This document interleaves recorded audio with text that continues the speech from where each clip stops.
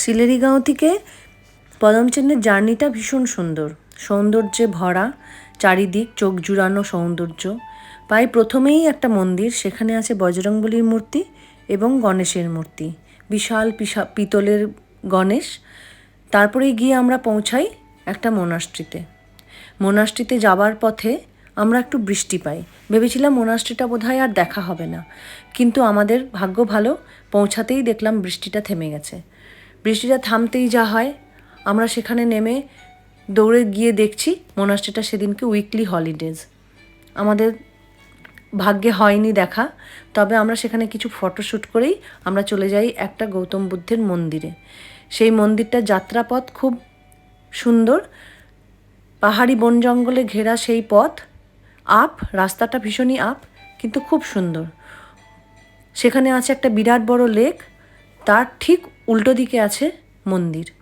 সেই মন্দিরে বৌদ্ধ মন্দির প্রায় 3 তলা, অনেকটাই উঁচু।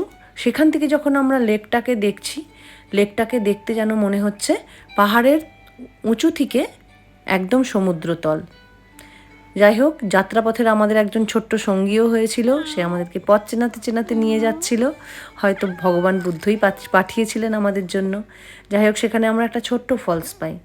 ফলসটা দেখতে ছোট্ট, কিন্তু তার জলের খরস্রোতা কিন্তু ভীষণই। সেখান থেকে চলে যাই আমরা একটা হ্যাঙ্গিং ব্রিজ দেখতে। হ্যাঙ্গিং ব্রিজের পাহাড়ি সৌন্দর্য ভীষণই সুন্দর।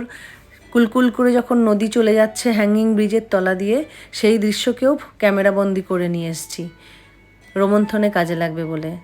প্রত্যেকটি মুহূর্তের মতন ছবি তোলার তো শেষ নেই, ছবি প্রচুর তুলেছি, একের পর এক ভিডিও শ্যুট করা, ফটো শ্যুট করা।